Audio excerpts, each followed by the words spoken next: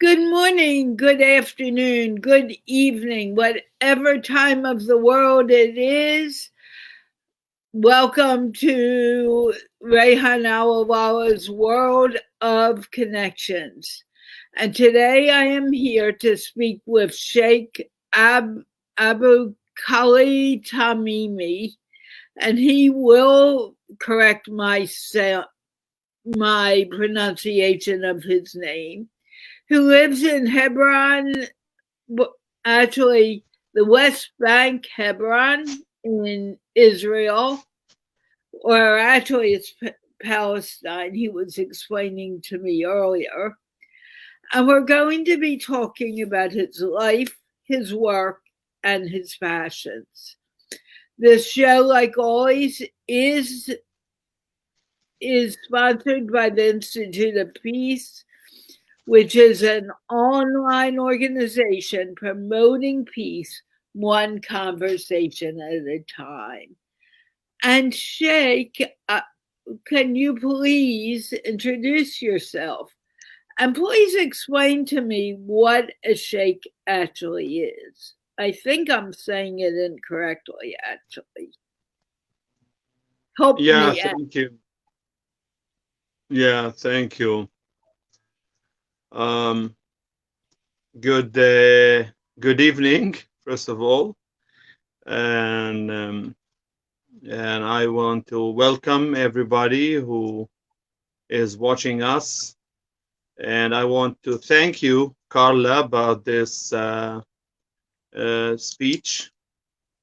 Uh, I'm Sheikh Abu Khalil Al Tamimi, and you spell it well. I was born in Hebron. It's near Jerusalem, 30 kilometers southern Jerusalem. It's in the Palestinian territories, of course. And I I worked since 1998 in interfaith encounters, in dialogue between the religious groups, and especially, of course, the Abrahamic faiths. And since 2009, I involved also in the political activities to hoping to reach peace and to help in solving the big problem and the old problem about the Arab-Israeli conflict. Uh, I studied business administration in the university, and I studied also the Sharia laws, the Islamic studies in the mosque and what we call Dar al Quran, and I went to India uh, to continue the high study, no master degree in the Islamic studies in New Delhi in India, uh, and I um, I didn't stop uh, dialogue and participating in workshops, events, conferences about the peace building and dialogue between the faiths and religions. And regarding to the description, Sheikh is like a pastor in Christianity. Sheikh in Islam, like a pastor, a religious scholar, and a scholar who knows about the Islamic religion. And also, it has another meaning. The Sheikh as the head or the chairman of a tribe, and tribe leader. We call him a sheikh. Yeah, and it's different from imam. That imam who is leading the people in the pray in the mosque, in the big mosques, or also a chairman of a certain group of Muslims. We can call him imam. So are you like an imam, or is it slightly different? No, I prefer to be described as sheikh. Yeah, sheikh is good. Why? Okay, what is the difference between a sheikh, and an imam? The sheikh is any scholar, who knows and studied Islamic religion. But imam, it comes maybe it comes more professional, and also the person who leads the prayers in the big mosques to pray. He is the imam also. We describe him as an imam. And sometimes we call some leader of certain groups in Islam the imam also. What made you? Was your father an imam or sheikh, or when you were growing up? My father has a PhD in Arabic literature. Master degree was in Islamic studies. So he considered as a religious scholar, but he was not an imam or a sheikh. He was a lecturer in the universities, and he served in some foreign countries. Not only in the Palestinian territories and in Jerusalem, also abroad, like the American University in Beirut, and the University of Cairo in Egypt, and also he served a few years in Morocco and in Algeria, Northern Africa. So, what made you decide that you wanted to be a sheikh?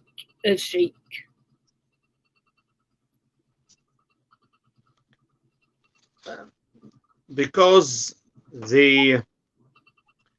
first of all of the Arab communities and Muslim communities, let's say they are like, to give an example to the Americans and to clarify this issue, they are like the evangelicals in the United States. So they are religious and they respect their religion, even if they are not, sheikhs, or they don't have an appearance like me, but they are committed to religion. And I was a religion in my childhood. I went to mosques and I was religious. But the important issue that I saw, that there are a lot of divisions in Islam, and a lot of,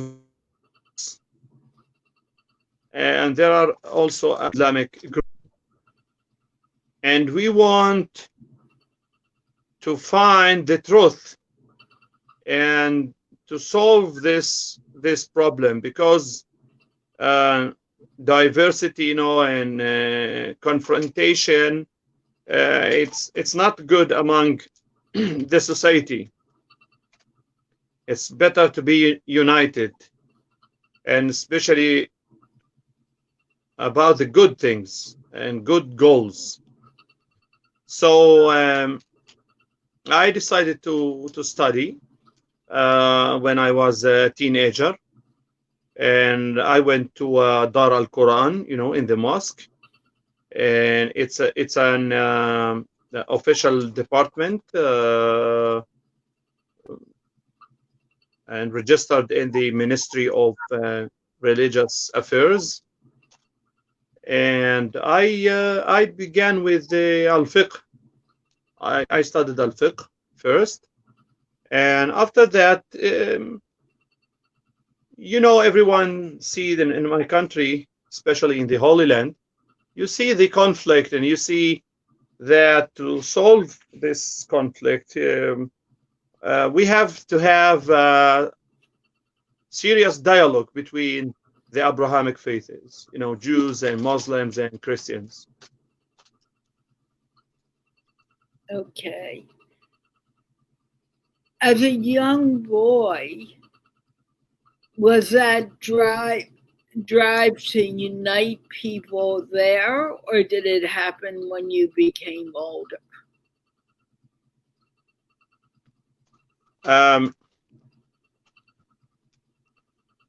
19 years old, 18, 19 years old, I began in with it's an American organization named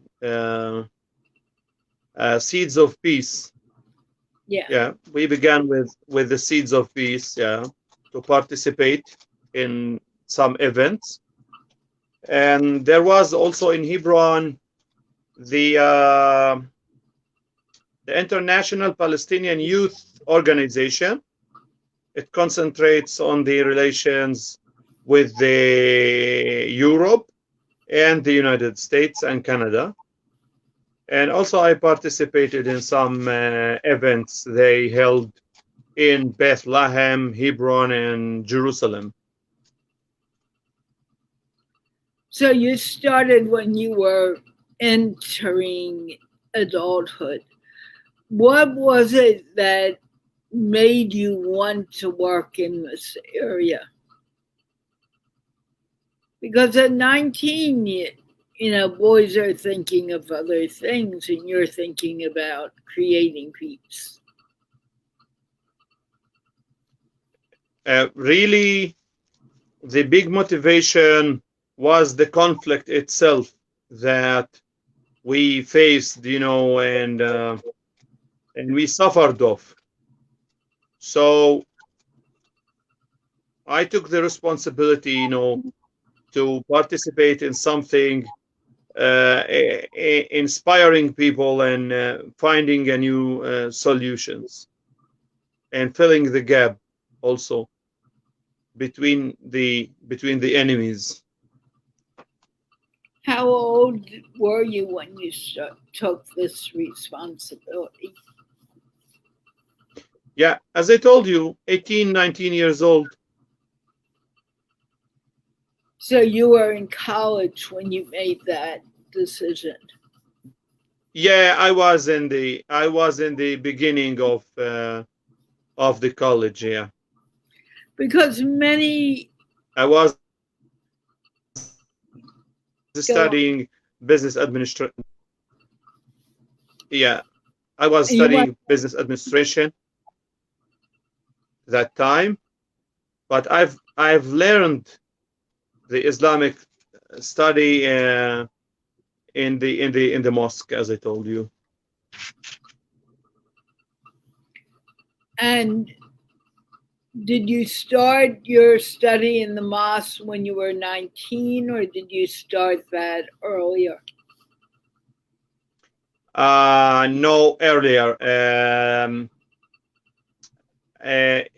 Of course, we study, religion in the school, but I started with the mosque at age 14.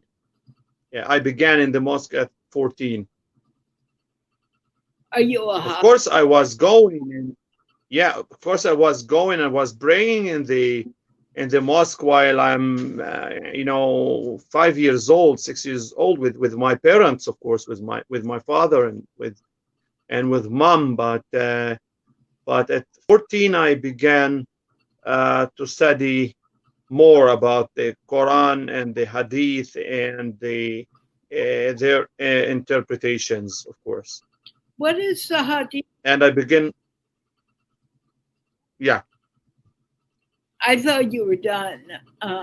What is the Hadith? I've never heard of it. yeah. The Quran is the holy book, Right. of course, as you know. The Hadith is the speech and the commitments that came from Prophet Muhammad, peace upon him and peace upon all of the prophets. So the advice is, in the speech of Prophet Muhammad, written in several books named Al Hadith. Okay. Yeah. When did you actually become a sheikh?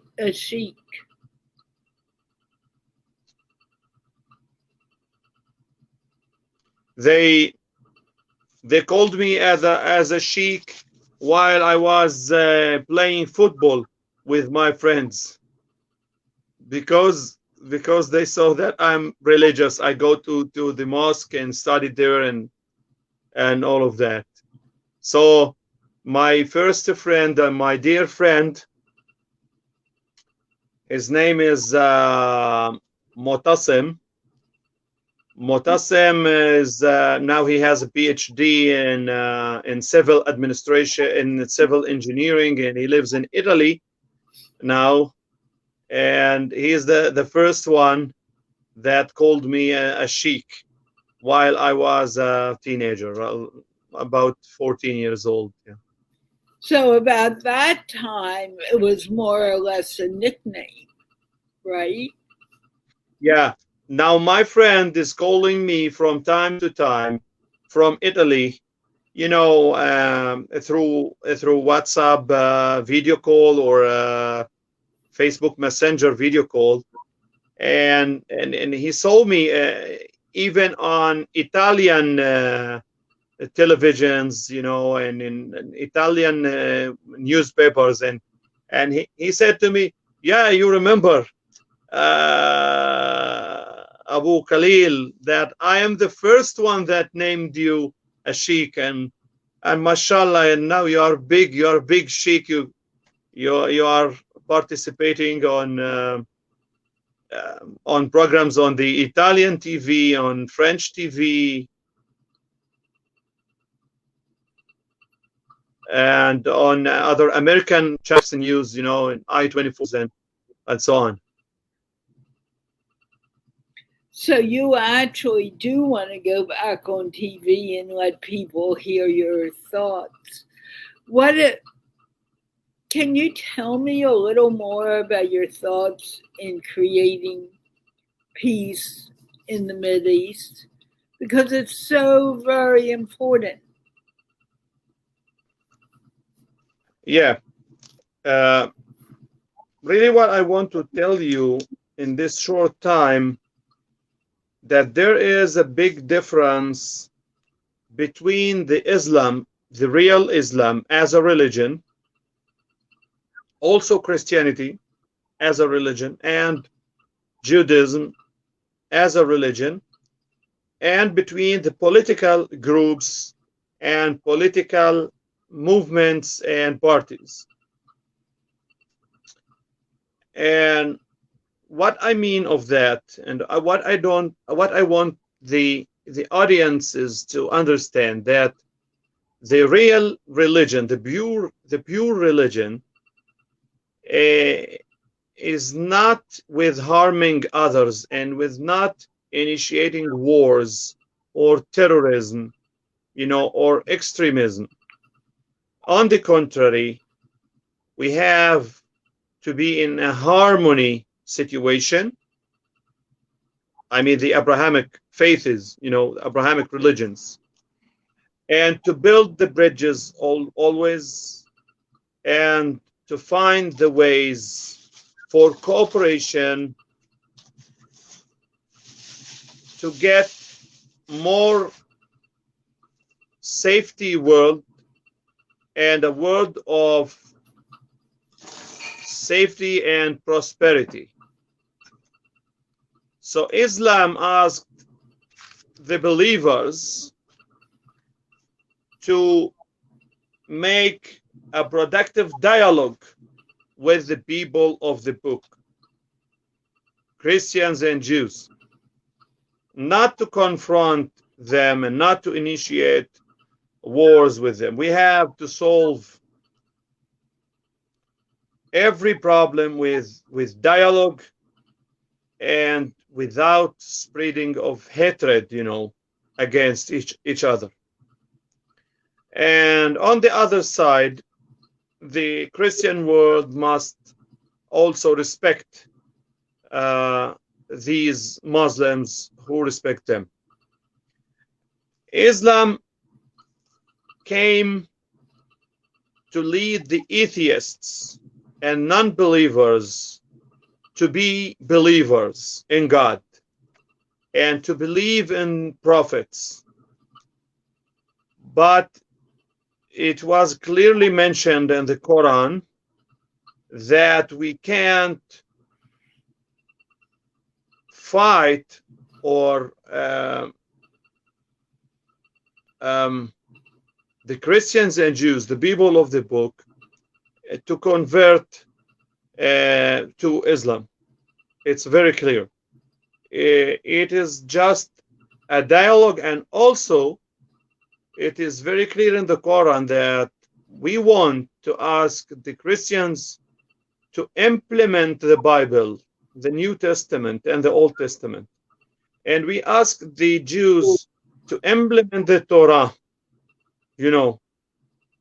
because they believe in it. And it's described, it has been described in the Quran that it is a book of light and guidance. And also for the New Testament, the covenant, it's a book of light and guidance.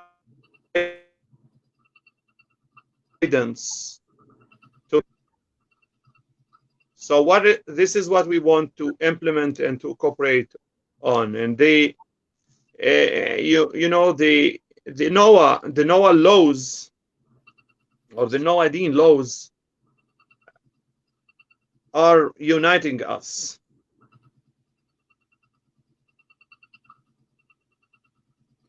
Do you believe that peace can be achieved in the Middle East? Yes, I believe in that.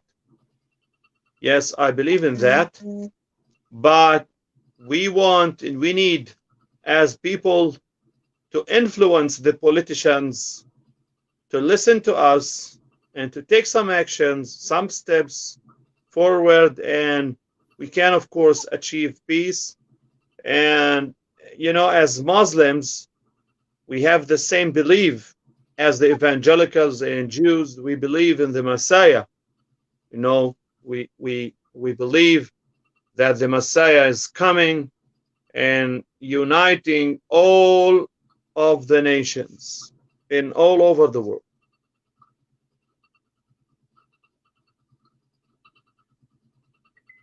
What are some of the steps we can take to create peace in the world?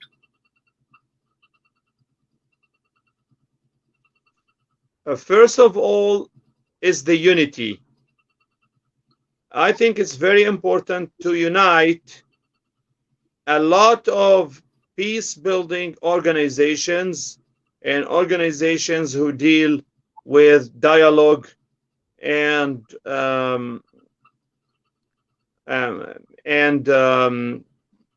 dialogue between nations. We have to be united and try to make much more coordination together. Then we can get attention and support from the governments, and then we can really find a better situation than this situation. How can we create an interest in society to unite, as you said, the world together? Well, really, Carla, let's take an example about the NGOs. There are a lot of non-profit organizations, here in the Palestinian territories and in Israel, but almost of them are working alone. And you see that some members in this or that organization just want to bargain some facilities and some money through their activities, and it's not right. It's not serving the peace. If we want to do a real peace, we have to be united, and then there are a list of requirements, a list of things that we will dealt about, and then we go to the Palestinian government and then go to the Israeli government, and we will influence the politicians to deal with our ideas. But working alone, if everybody works alone, so nobody will listen to you. There are, a big security forces, and there are big agendas and big politicians, and everyone is interested in his agenda and in his ideas. You see that his ideas is the best, so we can't make any change in the society and on the ground. This is what I meant, and I think you will, and the audiences will agree with me. What do you think, Carla? Do you agree with me? I agree. We are long way from creating peace right now, and that we need to find a way to get people to speak with each other. How can that be done?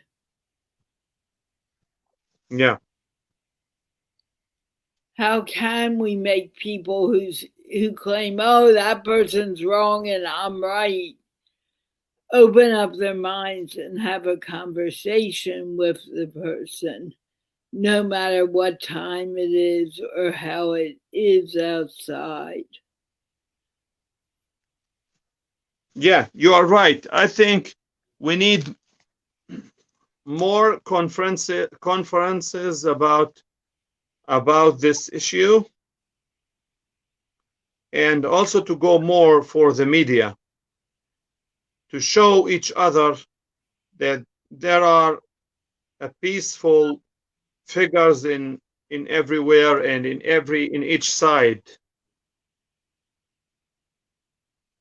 So how can we help facilitate it or make it easier to happen?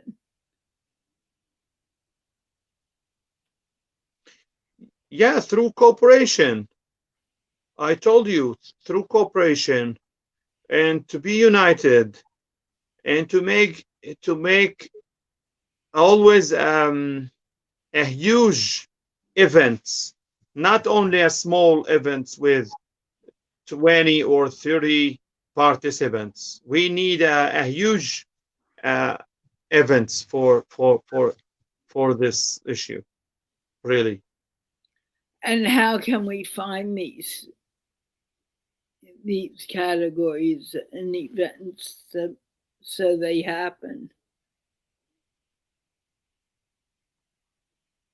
There are a lot of organizations deal with this issue, and I can for example give you a list of names and try to contact them and to begin making something huge, making something, I mean, like an NBA play, match. People will participate like 40 or 50 thousands of people, and to listen. Yeah. to professional speakers about certain issues. Are there some really good people who can speak in your part of the world for others?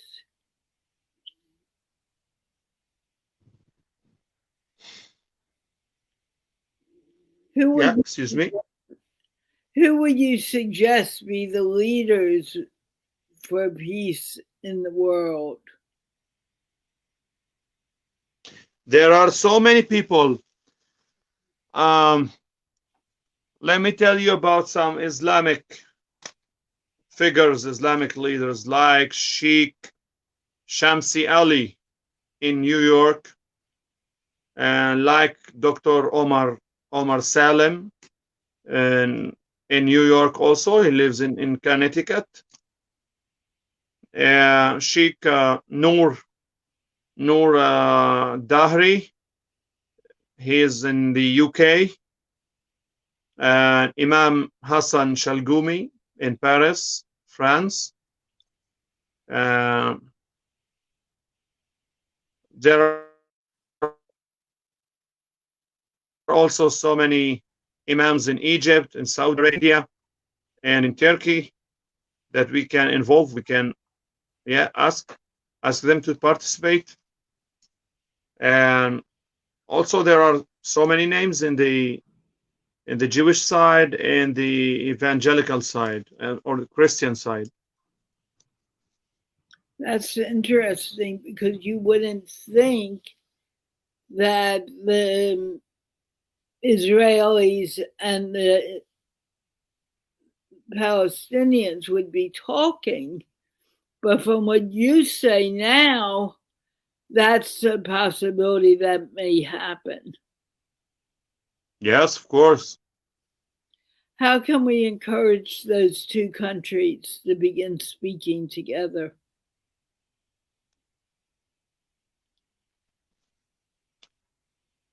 Just we have to take the initiative, just to begin, to take a decision, and everything will be easy after that. There are so many people, just we want to unite them and to raise their voices.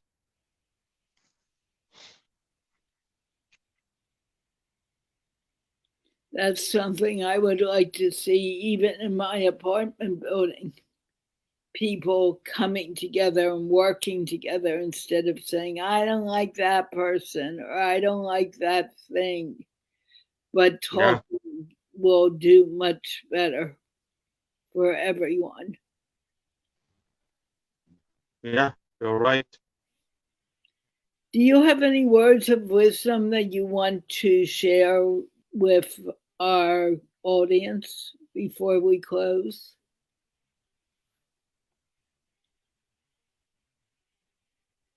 I wanted to advise them always to listen to the others and to try to understand why the others are thinking in the way that they are thinking. And this has really helped me a lot when I put myself in the other side. For example, I put myself in the Christian world, in the Christian side, and I tried to discover why are the Christians thinking like this. And when I do so, you discover that the others does not hate you, but they have sometimes a mutual interest in something that also you love, or you think about it, that you deal in a better way than them. So when you try to discover why the others are thinking in the way they are thinking, you will be closer to them and closer to fill the gap between you and them. That's a very important point. And I hope if people didn't catch anything else, doing this, uniting people from different sides, will bring the best peace to the world. I think Yeah. we've come to the end. Do you want to add anything else before we close?